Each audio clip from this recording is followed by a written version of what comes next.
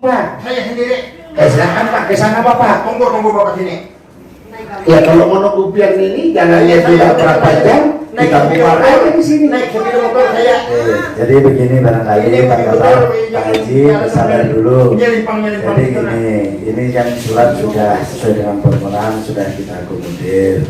Undangan sudah Pak Haji sendiri yang mengantar ke sana. Hari ini sekarang ini lagi dihubungi. Jadi kita bersabar dulu. Ya betul. Itu namanya apa Pak? Betul.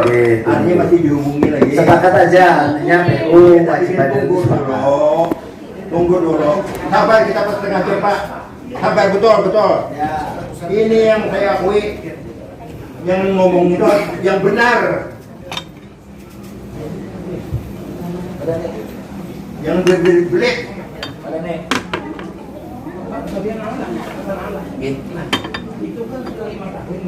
Apa yang diterima? Itu sengajanya Pak. Sengaja. Ekspos sana. Ekspos.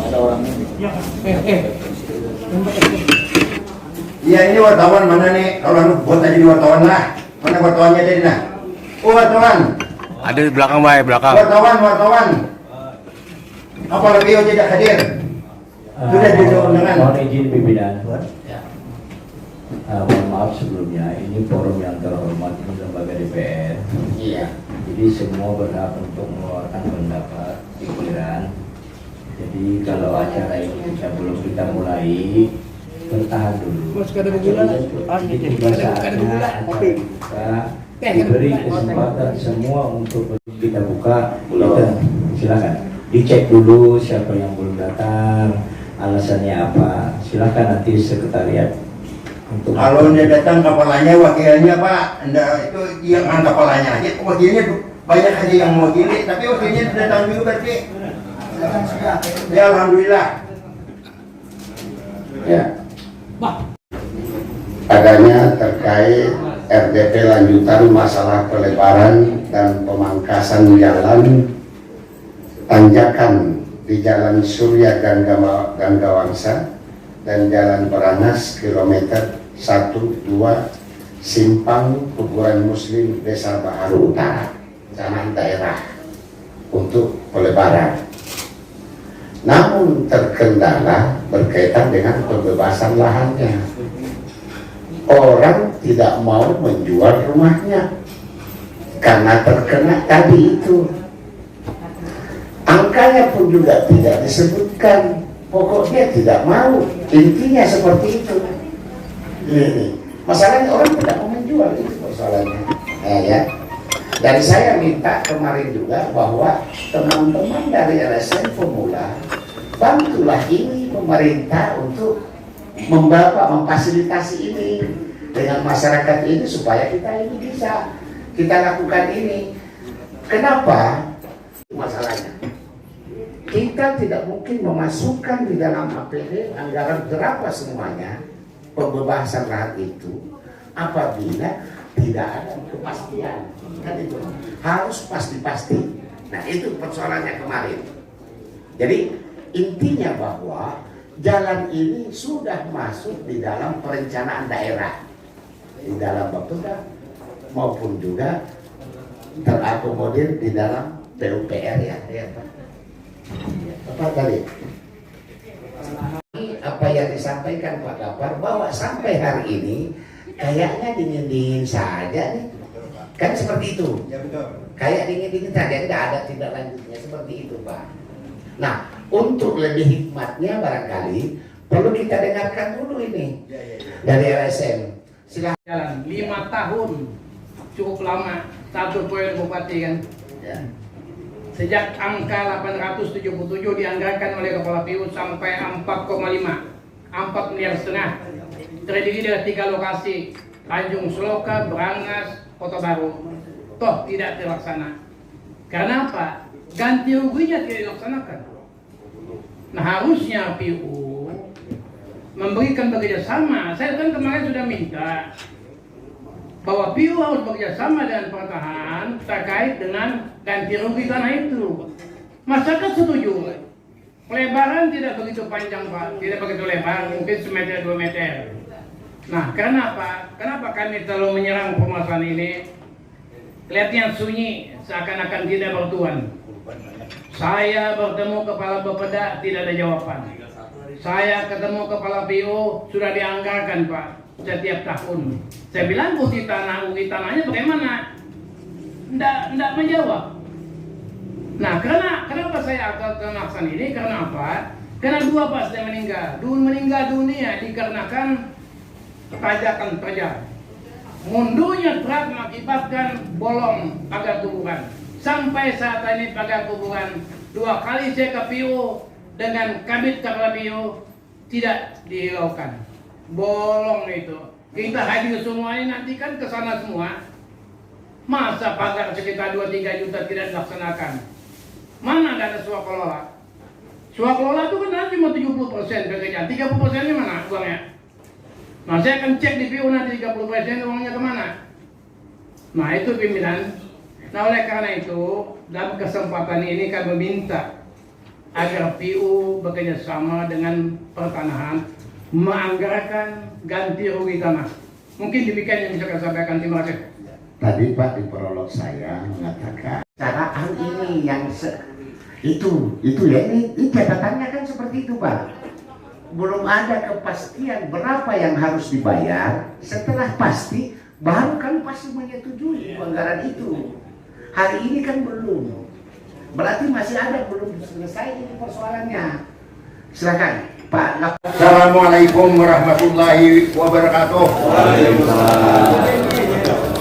Bapak Ketua DPRD Kabupaten Kota Baru beserta Wakil Ketua Komisi dan anggota, Bapak Bupati Kota Baru atau yang mewakili, Bapak Kapolres Kota Baru atau yang mewakili, Bapak Kepala Dinas atau yang mewakili, Bapak Camat, Tigam, dan Bapak Lurah serta Kepala Desa, semua peserta hearing pada hari ini yang hadir saya hormati.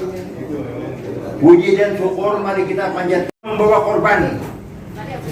Bapak Ibu Saudara sekalian yang saya hormati, dulunya puluhan tahun yang lalu atau lebih puluhan tahun status jalan tersebut yang saya ketahui adalah lintasan tersebut sampai kalau tidak salah sampai Serantiong itu adalah jalan provinsi.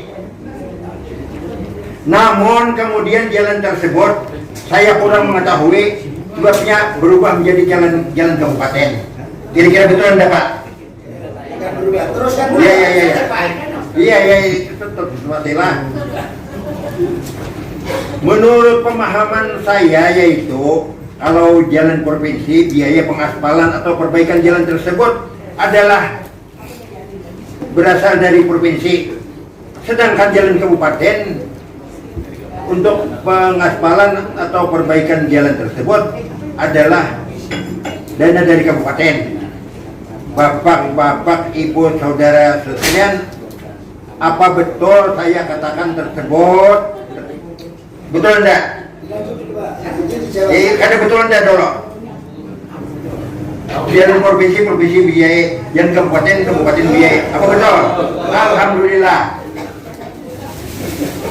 Bapak Ibu hadirin sekalian yang berbahagia, kami dari Simpurmula Forum Komunikasi Masyarakat Peduli Lingkungan Kota Baru mulai tahun 2017 selalu berjuang terhadap hal tersebut, yaitu mengadakan hearing di DPRD ini, menyampaikan kepada DPRD dan pemerintah daerah Kabupaten Kota Baru bagaimana mengatur hal tersebut.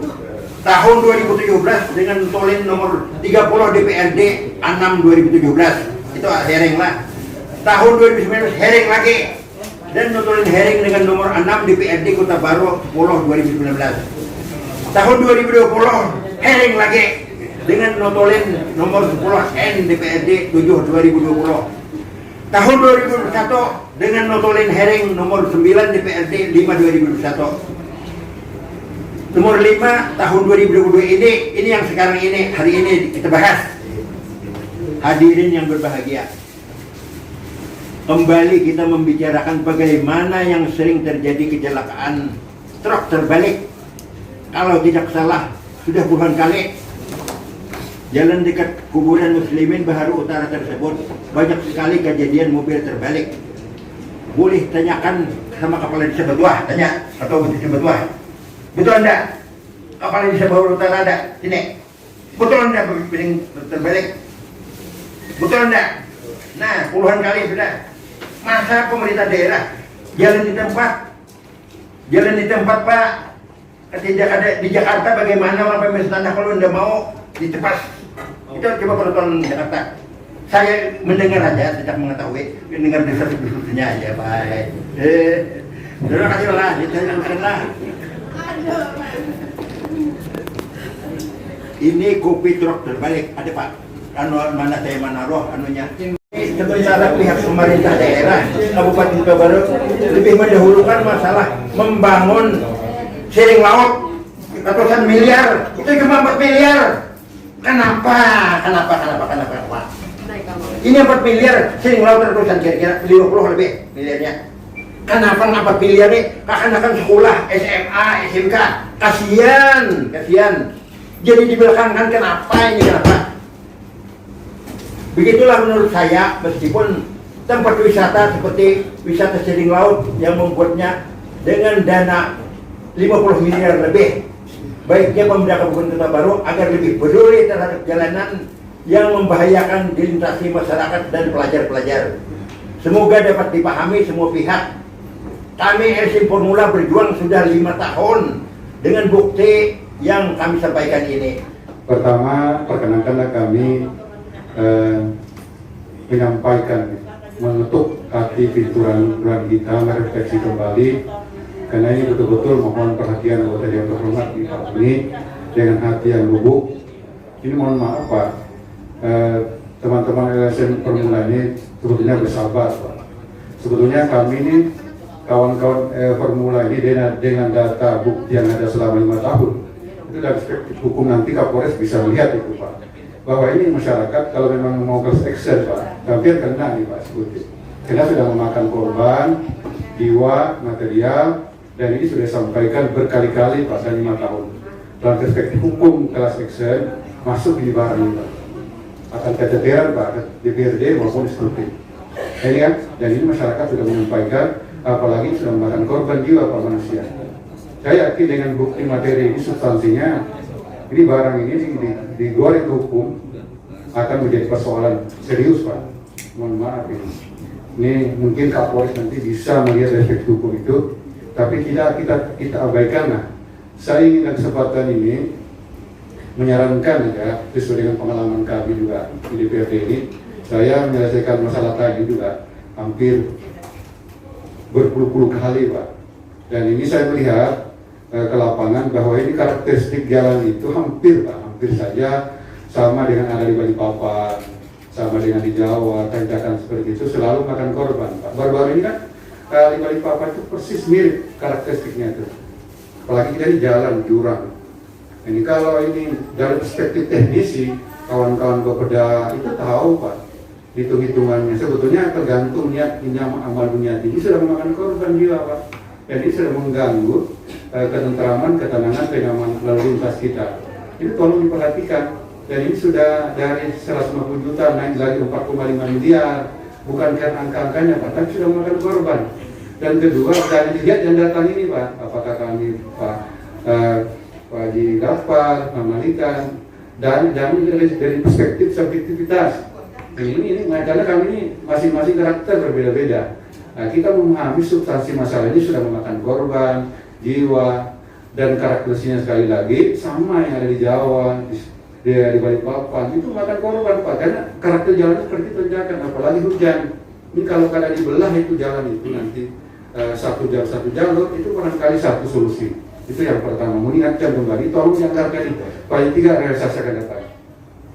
Mohon maaf yang kedua, dalam rangka akselerasi percepatan masalah ini, saya menyarankan aja Pemda dengan DPRD paling tidak membentuk tim negosiator, ya kan, melakukan pendekatan approach kepada pemilik tanah. Nah, ini kan tanah ini Pak, ini sudah makan korban. Saya yakin dengan pendekatan persuasif kekeluargaan, insya Allah mereka pasti akan menjual tanahnya itu. Karena saya juga pernah mengalami bahwa bangunan masjid mau dibongkar saudara-saudara ini karena kepentingan ini untuk kepentingan umat, kepentingan orang banyak. Saya yakin dengan pendekatan tadi kekeluargaan tidak ada masalah nanti itu. Itu barangkali ini untuk kepentingan umum tanahnya mungkin tidak mahal, mungkin murah. Kalau memang kita perspektif sedekah, ya kan, fasaddaka walau tara idil mujrimuna nakisu berusim inda rabbihim rabbana absarna sami'na farji'na nama solin inna mungkinun fasaddaka. Jadi orang-orang yang sudah mati dalam kubur itu ya berdialog dengan Allah Subhanahu wa taala, dikembalikan Pak. Kenapa mau dikembalikan mereka itu? Rabbana absarna, saya sudah melihat, menyaksikan dalam kubur apa yang terjadi itu. Mereka tidak bawa apa-apa amal Pak. Tidak ada apa-apa amal. Pangkat, jabatan, eselon, tidak ada apa, itu dunia aja Pak. Ini tiap kubur nih, dalam bukunya Al-Muqarrar bil Afil Mayat yang karangan Syekh Nawawi As-Taqwani Al-Bantani itu menjelaskan bagaimana orang yang meninggal ini kembali di dunia. Rabbana absarna wa sami'na, sudah melihat siksa kubur ini begitu berat dan amalnya sedikit Pak. Karena sudah melihat inna mungkinun, mereka ingin beriman kepada Allah Subhanahu wa taala, ingin beramal. Apa amalnya yang mau minta kepada Allah Subhanahu wa taala itu? Wasaddaka, kembalikan saya, ingin bersedekah Pak. Bersedekah dengan tanahnya tadi kita pendekatan keagamaan, dengan pendekatan psikologi kultural itu bisa Pak dari tim Pemda. Ya, kita jangan perspektif teknis aja, tapi perspektif religi itu bisa Pak. Saya berapa kali juga menyelesaikan di Pamukan Utara, kemudian di Lontar, masjid, itu semuanya bisa selesai dengan pendekatan tim, dengan kekeluargaan tadi, melibatkan tokoh-tokoh agama. Mereka pasti Pak, karena mereka mau bersedekah untuk bekal dari bekal untuk hari-hari nanti. Tidak pasti apakah kita di besok akan bertahan atau tidak ada yang memastikan. Saudara saya kemarin dipanggil oleh Subhanahu wa taala di Suryana, itu memeluk Pak, luar biasa pelukan di mana? Di pameran itu, dan itu pelukan terakhir. Dan Allah Subhanahu wa taala saya memanggil beliau. Jadi kita kedatangi kesempatan kita nih, kawan-kawan yang ada di sini, yang duduk sini, yang terhormat, yang mulia ini, kesempatan Pak, menganggarkan itu. Anda akan beramal nanti amal jariah. Ya amal jariah Pak. Jangan amal jariah luar biasa. Nah ini barangkali mengetuk pintu hati kita, ini sudah lama 5 tahun. Dan ini kalau dibiarkan terus-menerus, hujan terus, nanti akan terjadi lagi Pak. Ini bukan doa, tapi menguas-waskan, mudah-mudahan tidak terjadi lagi. Hujan, licin. Kadang-kadang saya pernah jatuh juga di situ Pak, berkendaraan, kena licin. Bukan karena sejalannya, memang kondisi jalan itu tidak visible, tidak layak untuk umum. Nah ini barangkali kami dari kawan-kawan Formula ini, sekali lagi Pak pimpinan rapat, kawan-kawan yang eksekutif, mohon Pak 2023 ini paling tidak sudah realisasi. Dan kemudian yang paling tepat adalah bentuk tim untuk merealisasi lahan itu. Insya Allah mudah-mudahan itu bisa selesai. Nah barangkali itu Pak, saran 2 ini mudah-mudahan menjadi perhatian kita bersama untuk penyelesaian lahan itu. Bahkan saya juga meminta bahwa libatkanlah LSM Pemula berkaitan dengan pembahasan itu. Namun hari ini sampai detik ini belum ada titik penyelesaian berkaitan dengan pembahasan lahan itu. Betul Pak. Nah sekarang kita sekarang kecamatan sudah terbagi Pak ya. Yes, ada Sigam, ada Pulau Lot Utara. Nah sekarang karena ini muncul lagi, ini mudah-mudahan ini adalah upaya akhir untuk melakukan negosiasi tadi. Ada Pak Camat hadir.